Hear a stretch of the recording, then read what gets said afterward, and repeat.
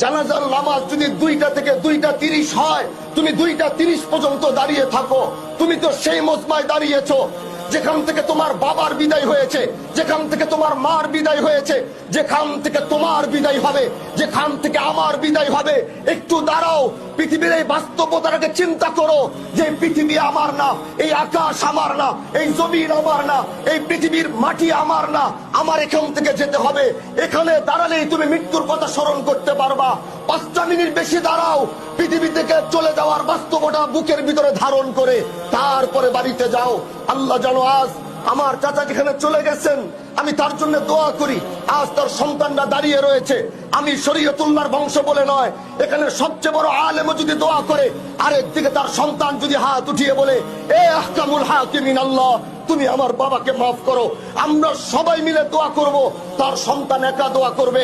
সরকারে কায়নাতের হাদিস, সন্তানের জন্য যদি, বাবার জন্য যদি সন্তান হাত উঠায়, আল্লাহ পাক সে হাত কোনোদিন ফেরত দেয় না। স্বামীর জন্য যদি স্ত্রী হাত উঠায়, আল্লাহ পাক সে হাত কোনোদিন ফেরত দেয় না। এজন্য আমি আমার ভাইদেরকে বলবো, আমরা তো দোয়া করবই, কিন্তু তার পাশে পাশে যখনই নামাজে বসবেন, সালাম ফিরিয়ে সর্বপ্রথম নিজের বাবার জন্য দোয়া করবেন। আল্লাহ যেন তাকে জান্নাতের আলা মাকাম নসিব করে, তার কবরের আযাব যেন আল্লাহ পাক মাফ করে দেয়, সন্তান পরিবারকে সবরে জামিল যেন